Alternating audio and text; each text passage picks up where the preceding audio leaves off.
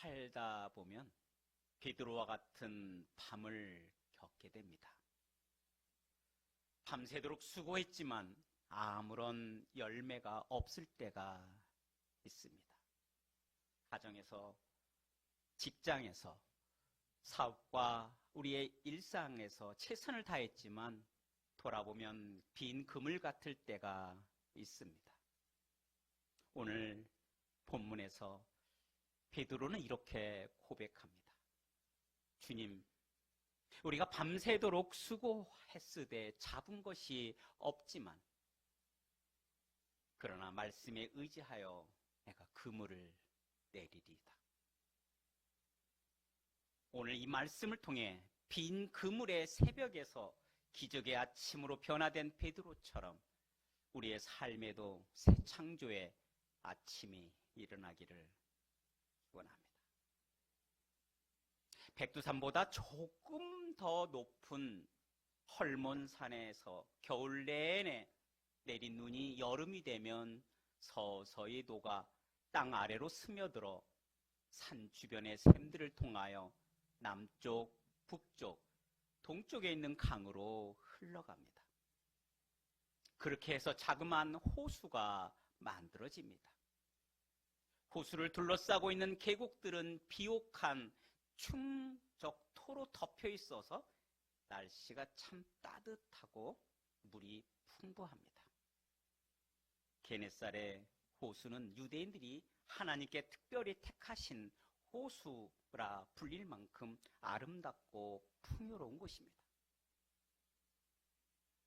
그래서 베드로는 수십 년 동안 그곳에서 고기를 잡으면서 가장 뛰어난 어부로 살아왔습니다.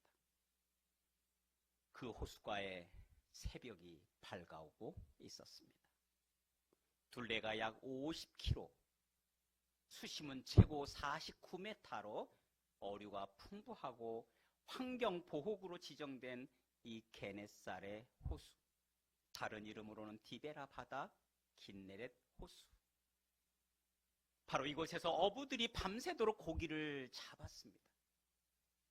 새벽녘이 동토는 시간으로 이제 배를 철수해야 하는 시각인데 그들의 표정이 결코 밝지가 않습니다. 밤새도록 그물을 던져 보았지만 그날 새벽 그 어떤 경험도 통하지가 않았습니다.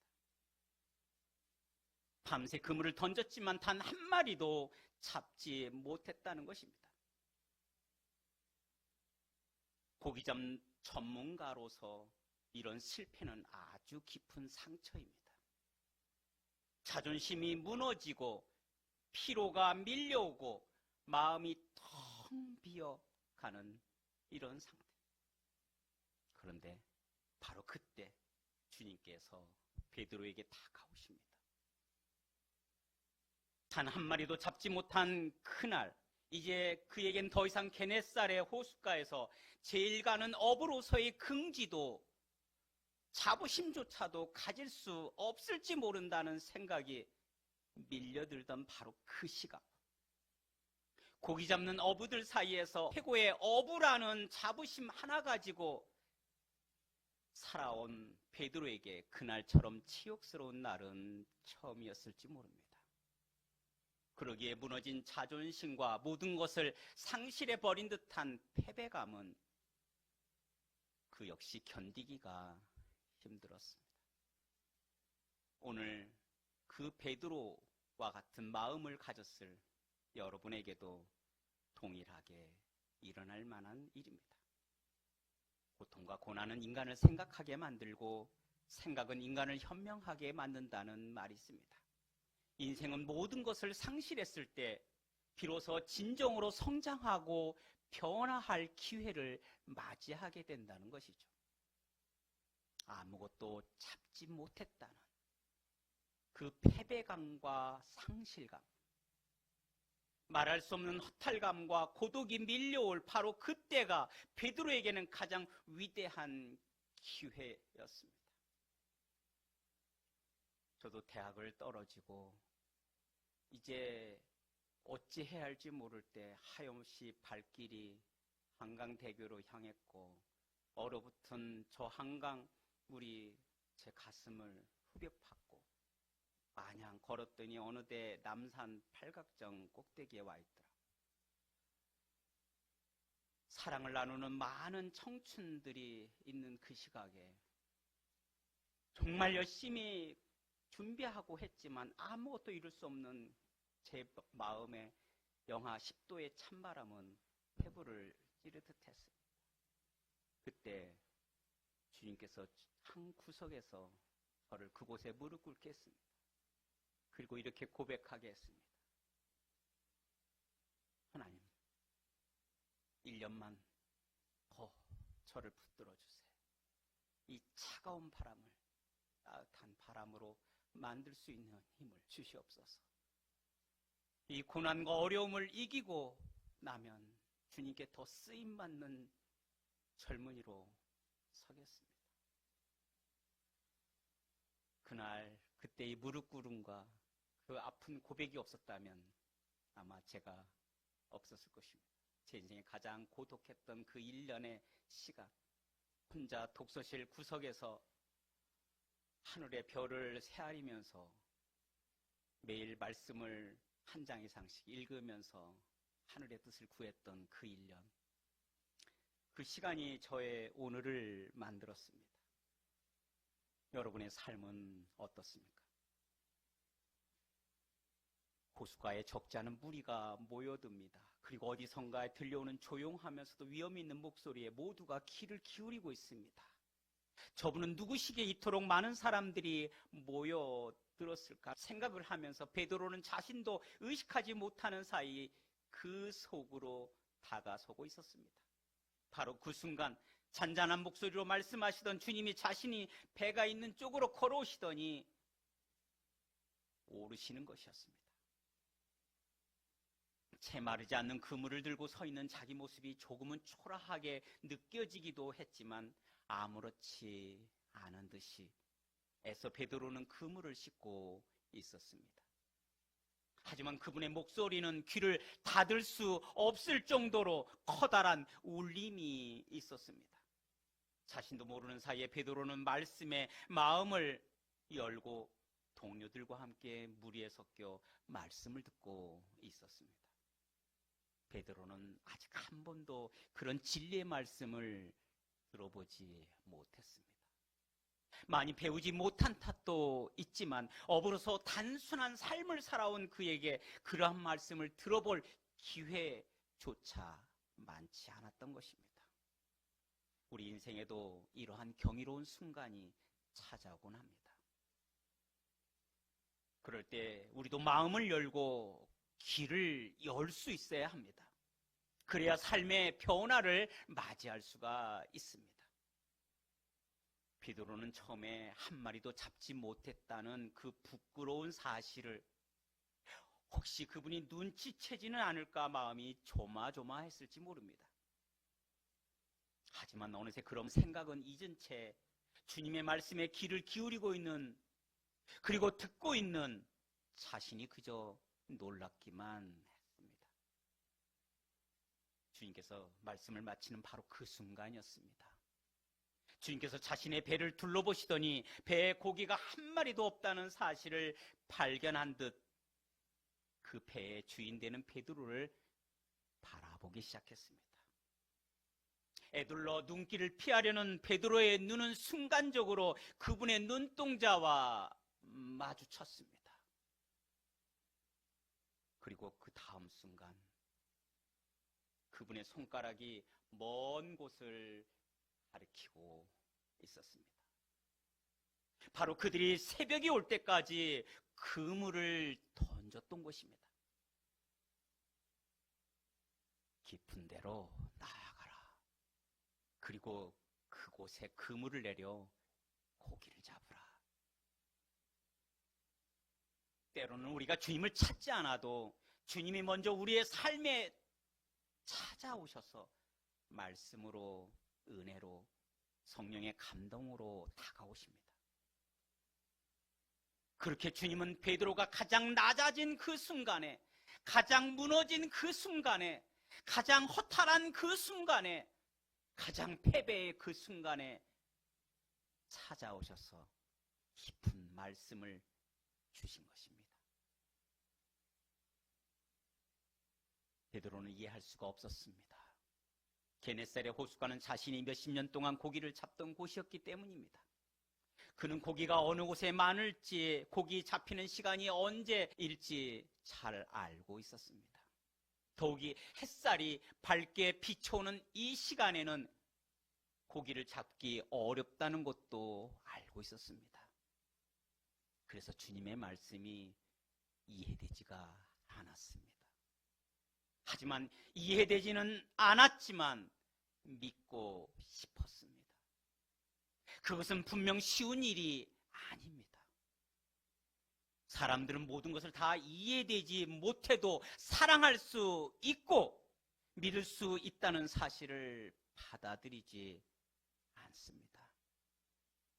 주님의 말씀에 베드로는 마음을 열고 듣자 그분을 향한 사랑의 마음이 싹트기 시작했는지 모릅니다. 여러분 아십니까? 사랑하면 그분의 음성을 듣게 됩니다. 옆에 있는 사람, 가족이든 친구든 그분을 사랑하면 그의 음성을 듣게 됩니다. 하나님을 사랑하면 그분의 음성이 들려오고 또 듣게 됩니다. 다시 그물을 던지라고요? 이미 우리가 밤새도록 그물을 던져보았지만 단 한 마리도 잡지 못했거든요. 이렇게 항변하고 싶었을 베드로였지만 그렇게 하지 않았습니다. 베드로는 그분의 말씀하시는 권위 앞에 자신의 신념과 생각을 주장할 수 없었습니다. 베드로는 그분의 깊은 눈빛에 자신의 다양한 경험을 자랑하고 싶지도 않았습니다. 베드로는 그분의 지엄한 말씀 앞에 자신의 호수에 대한 이해와 지리적인 상식도 업으로서의 자존심도 자부심도 내세우지 않았습니다. 만약 경험대로만 행동했더라면 베드로는 그물을 다시 던지지 않았을 것입니다. 그러나 베드로의 마음에서 변화가 시작됩니다. 말씀을 들으며 그의 마음에 작은 믿음의 씨앗이 생겨난 것입니다. 그 씨앗 하나가 베드로에게 이런 고백을 하게 합니다. 선생님, 우리들이 밤새도록 수고하였지만 한 마리의 물고기도 잡지 못했습니다. 하지만 선생님 말씀에 의지하여 제가 그물을 던져보겠습니다. 말씀에 의지하여. 여기에 신앙의 본질이 있습니다. 순종은 이해에서 시작되는 것이 아닙니다. 신앙은 믿음에서 시작됩니다. 이해되지 않아도 순종할 수 있는 이유는 명령하신 그분을 신뢰하기 때문입니다. 베드로는 그분이 가르치는 곳으로 배를 저어갔습니다. 등 뒤에서 동료들의 모든 눈동자가 어이없는 표정으로 자신을 뚫어지게 바라보고 있는 줄도 모르고 동료들이 어이없는 표정으로 자신을 향해 수군거리는 줄도 모르고 베드로는 어린아이 같은 순수함으로 밤새도록 그물을 던졌던 그 깊은 곳으로 나아갔습니다. 그리고 남은 모든 힘을 다해 그물을 던졌습니다. 마치 그물을 사들여 처음으로 바닷가에 나가 그물을 던지는 사람처럼 마음을 다해 그물을 던졌습니다. 낚시나 고기 잡는 사람들은 손끝으로 전해져 오는 그 느낌에 전율하곤 한다고 합니다. 베드로의 심정이 바로 그러했습니다. 가슴은 벌써 흥분되기 시작했습니다. 월척을 잡아보기도 했고 많은 고기를 잡고 큰 소리를 쳐보기도 했던 베드로였습니다. 하지만 그런 것과는 차원이 다른 상황 앞에서 베드로는 그물을 힘겹게 올리면서 수많은 생각들이 머릿속을 스치고 지나갔습니다. 베드로는 그토록 많은 물고기를 잡아보지 못했습니다. 여러분, 베드로는 누구보다 성급한 성격의 어부였습니다. 베드로는 동료들의 조언보다 자신의 경험과 신념을 더 추구했던 사람이었습니다. 하지만 그는 이전과는 전혀 다른 방식으로 반응하기 시작합니다. 그의 입에서 세상이 떠나갈 듯한 감탄사가 나오지 않았습니다. 하늘에 빛나는 태양조차 빛을 가릴 정도로 눈부신 느낌표도 아니었습니다. 오직 하나였습니다. 주여, 나를 떠나소서. 나는 죄인입니다. 그것은 아주 놀라운 고백이고 진정한 자기 성찰의 표현입니다. 그것은 바닷가에서 고기나 잡는 일개 어부가 할 수 있는 말이 아니었습니다. 그것은 배우지 못한 자의 입술에서 나올 수 없는 어마어마한 말이었습니다. 물질적 기적보다 훨씬 큰 영적 각성이었던 것입니다. 때로 우리는 살아가면서 소소한 물질적인 거, 건강적인 거를 원하지만 우리 영혼이 깨달아지고 하늘문이 열리는 놀라운 이런 순간들을 사소한 이유로 놓치는 기회가 얼마나 많은지 모릅니다. 고백이 달라지면 인생이 달라집니다. 반응이 달라지면 사람이 다르게 보입니다. 표현이 새롭고 다르면 주목하게 됩니다. 베드로는 자신의 모든 경험을 넘어 인생을 굽어 살피시는 주님 앞에 위대한 고백을, 눈부신 반응을, 감동적인 피드백을 해드렸습니다.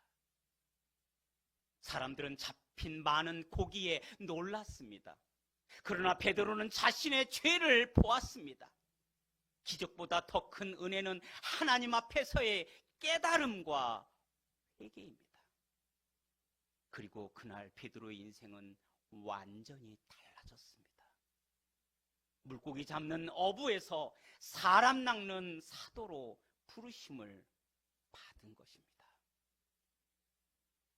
주님의 말씀이 능력이 있다는 것을 믿으십니까?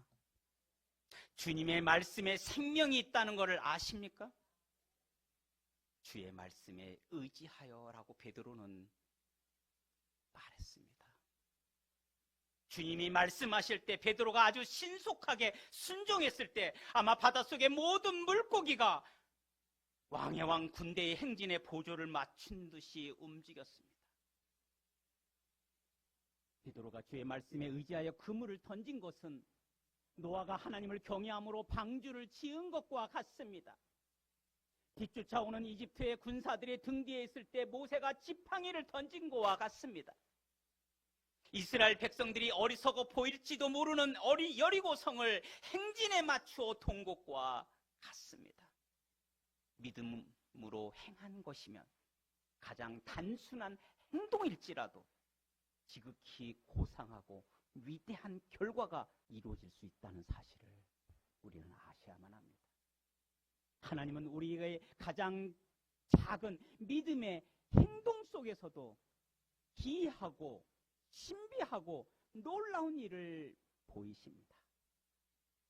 우리가 하는 일들, 즉 그 일이 힘들거나 편하거나 어렵거나 쉽거나 무겁거나 가볍거나 즐겁거나 부담스럽거나 그걸 하는 모든 일들을 할 때 주의 말씀에 의지하여 해야 된다는 것입니다.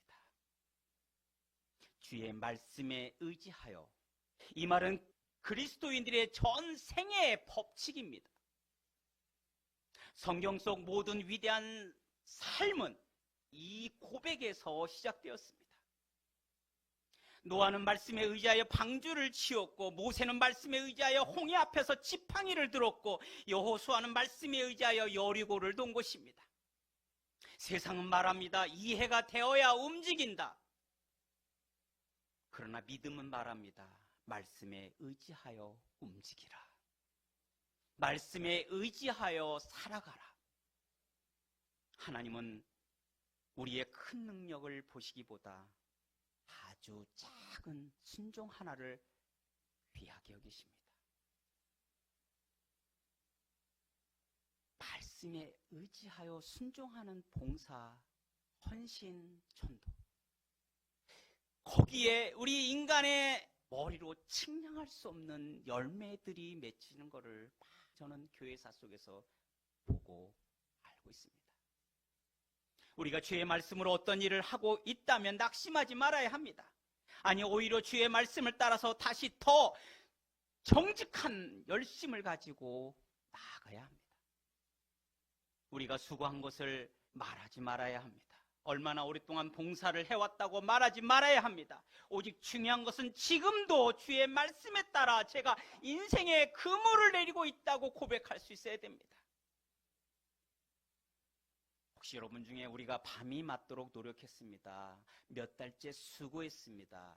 그래서 지쳤습니다. 그래서 피곤합니다. 그래서 힘이 듭니다. 라고 말하고 싶을 것입니다. 하지만 우리는 그 선한 열매가 언제 맺힐지 주님은 분명하게 말씀하지 않으셨습니다. 우리가 선을 행하되 낙심하지 말지니 때가 이르면 거둔다고 했습니다. 하나님께서 야곱의 11번째 아들 요셉에게 꿈을 주셨습니다. 그러나 잘 나가지 못했습니다. 요셉은 형제들에게 팔려서 노예가 되었고 억울하게 감옥에 갇혔습니다. 그러나 그의 진짜 싸움은 환경이 아니라 생각이었습니다.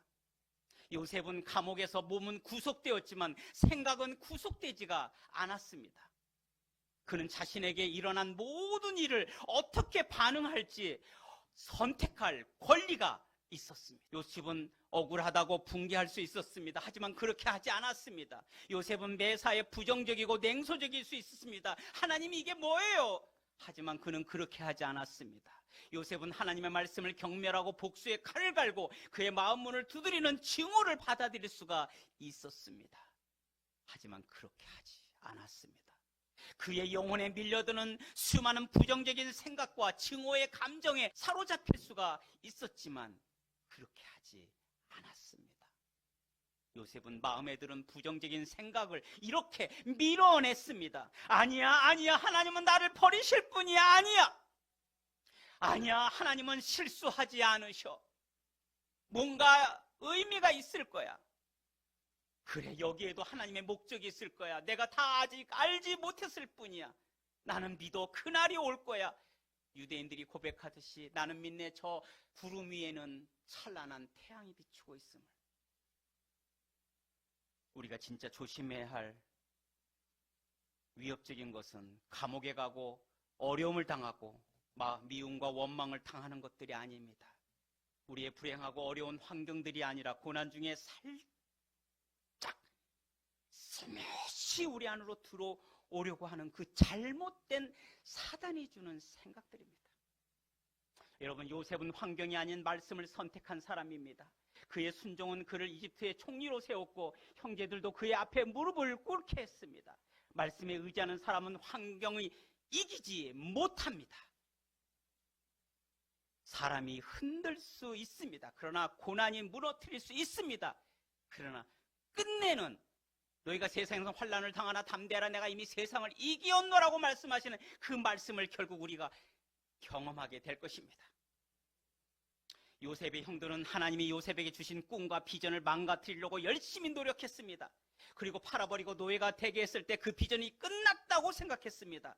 그러나 그들은 하나님이 그들의 생각보다 크신 분이라는 사실을, 고난 가운데 한 사람에게 주신 비전이 어떻게 다듬어가고 어떻게 강하게 키워주시는 분이라는 것을 그들은 몰랐습니다.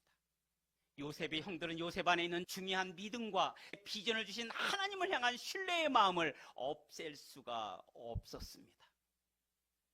하나님을 향한 무한 신뢰가 결국 형들도 나중에는 요셉 앞에 무릎을 꿇게 된 것입니다. 주님은 오늘날도 우리에게 말씀하십니다. 깊은 데로 나가라. 어떤 일을 했으나 좋은 결과가 나오지 않았을 때 오직 주님만을 의지하여 조금 더 인내하라. 다시 한번 믿음의 그물을 내리라 라고 말씀하십니다. 세상 사람들은 깊은 곳으로 나가기를 싫어합니다. 그러나 깊은 곳에 진리가 있습니다. 깊은 곳에 더욱 아름다운 것이 있습니다. 파도 치는 바다도 깊이 들어가면 잔잔합니다. 폭풍우가 몰아치고 비바람이 몰아치는 하늘도 높이 올라가면 평온합니다. 주님은 오늘도 우리에게 말씀하십니다. 깊은 데로 나아가라. 얕은 곳에는 고기가 없으니, 믿음이 없으니, 예배도 깊이 드릴 때 은혜가 임하고, 말씀도 깊이 읽을 때 능력이 나오고, 기도도 깊이 할 때 응답이 임한다는 것을. 신앙은 깊어질수록 강해지고 깊어질수록 흔들리지 않습니다. 믿음으로 살아가고 싶은 여러분, 깊은 데로 나아가시길 바랍니다. 평생을 고기나 잡으며 살아갔을 베드로를 오늘날 우리가 기억하는 위대한 사도 베드로로 기억되는 것은 오직 하나입니다. 주의 말씀에 의지하여 그물을 던졌기 때문입니다. 사랑하는 성도 여러분, 지금 여러분의 인생에서 어떤 빈 그늘의 새벽을 경험하고 있습니까? 주님은 오늘도 말씀하십니다. 말씀에 의지하여 그물을 다시 내리라. 우리의 힘이 아니라, 우리의 경험이 아니라 주의 말씀에 의지하여 그물을 내릴 때 새 창조의 아침은 열리게 되는 것입니다. 오늘 이 시간이 베드로의 새벽처럼 여러분의 인생을 바꾸는 은혜의 순간이 되기를 주의 이름으로 축원합니다. 앙코라 임파로 나는 아직도 배우고 있습니다. 최광일이었습니다.